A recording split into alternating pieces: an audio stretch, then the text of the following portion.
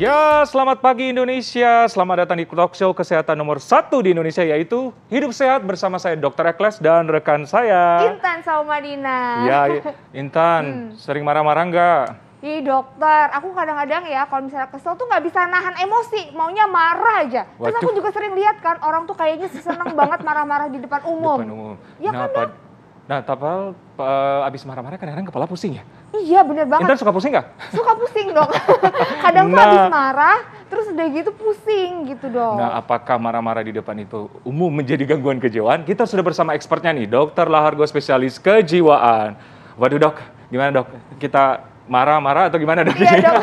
Jadi kalau kesel meluapkan marah gimana kan bingung ya dokter Benar, ya. Nah iya. ada fakta dan Ya. mitos dokter Ekles nih yang Ya. pertama ya. Ini dokter, sering marah-marah di depan umum bisa jadi tanda adanya gangguan kepribadian. Fakta atau mitos, dokter? Iya, bisa jadi demikian Dokter Ekles gitu Waduh. ya.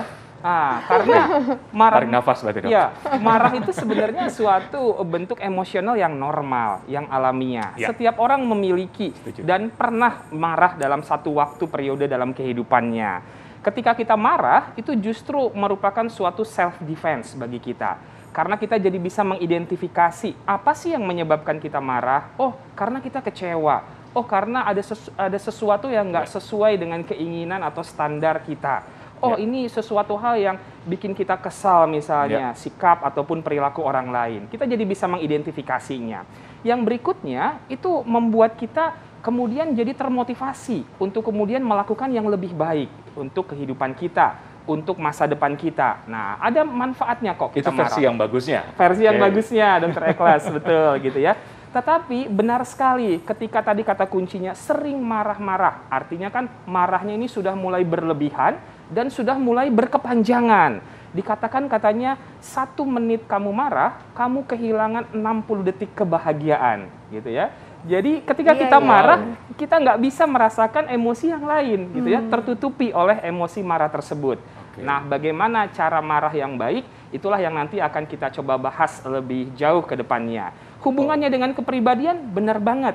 Kepribadian itu terbentuk dari 2 hal, yaitu adalah temperamen, pembawaan genetiknya, dan karakter, yaitu adalah suatu perilaku di mana kita belajar dari pengalaman kehidupan. Oh, ternyata kalau situasi yang seperti ini, apa yang harus saya lakukan untuk menyelesaikan masalahnya? Ketika orang hanya menemukan bahwa dengan marah dia bisa menyelesaikan masalah, itulah yang akan menjadi pola kepribadian yang terus-menerus dia kerjakan.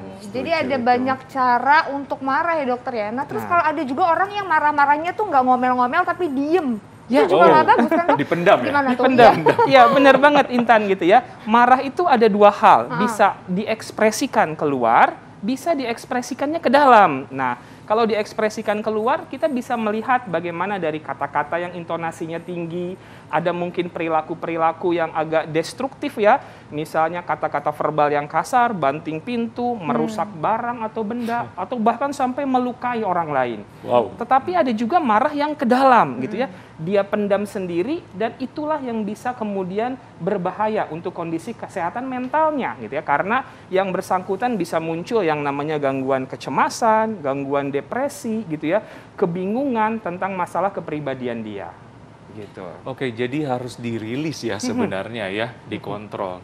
Oke dokter, ada fakta mitos selanjutnya nih dokter. Marah-marah di depan umum untuk maksud kepentingan diri dengan alasan profesional, itu gejala alami gangguan kepribadian. Fakta atau mitos?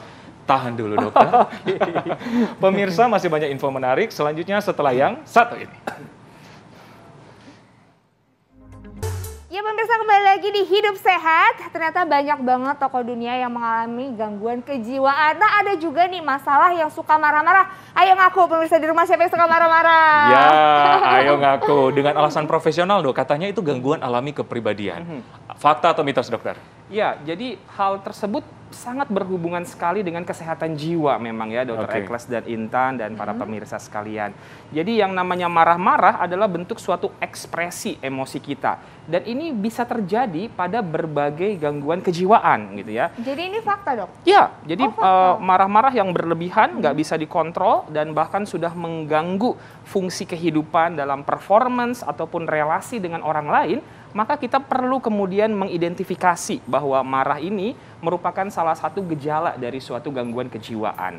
Nah, gangguan-gangguan kejiwaan apa saja yang bisa memicu munculnya marah yang tidak terkendali seperti itu?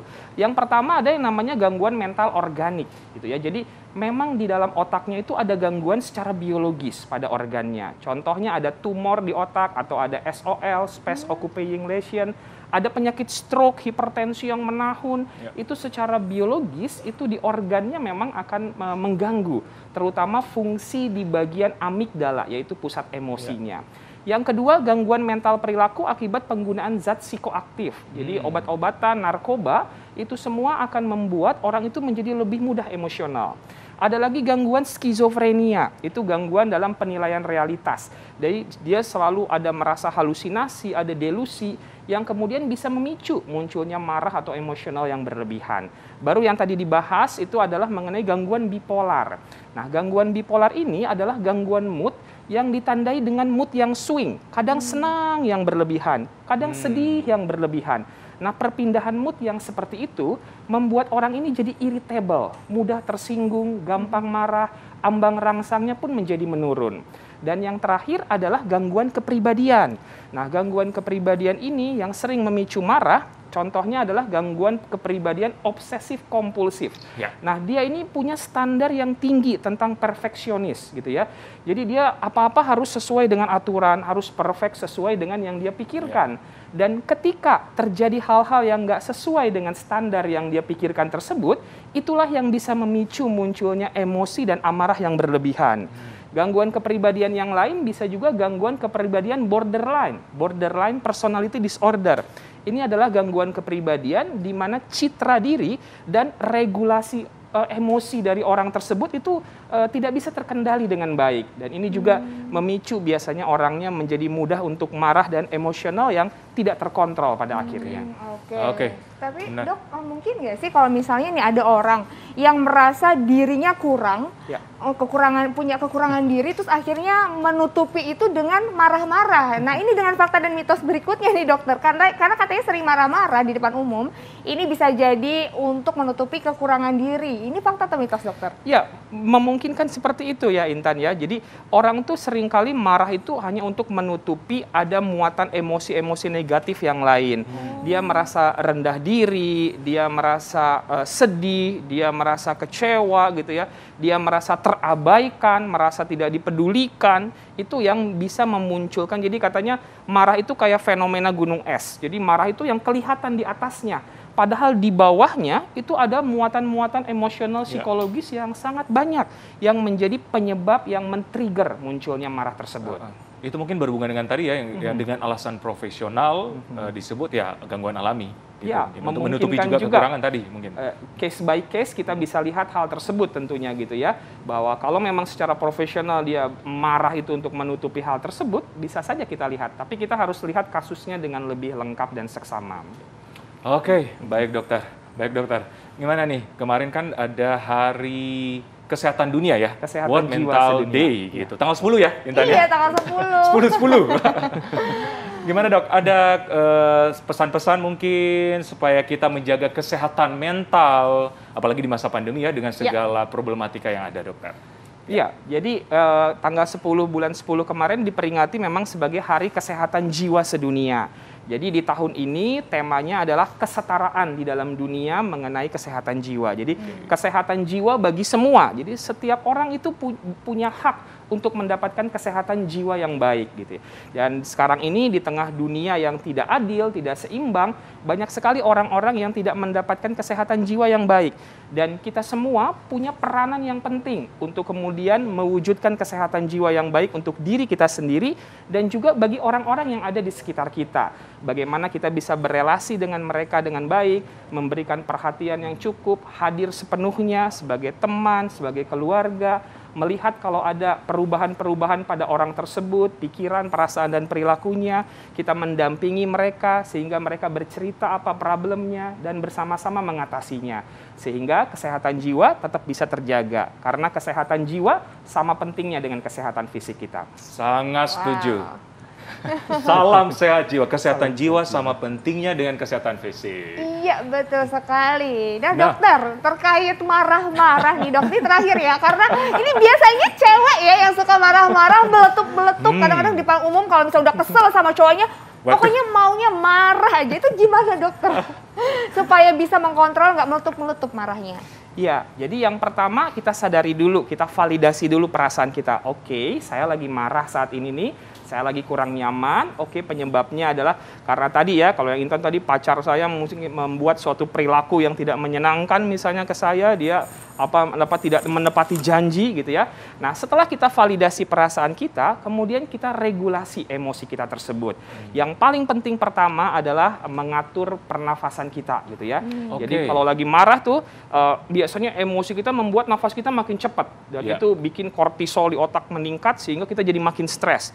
Nah, ada teknik pernafasan yang baik yang kita sebut pernafasan 4-7-8. Jadi tarik nafas 4 hitungan, tahan 7 hitungan, buang dari mulut 8 hitungan sampai habis.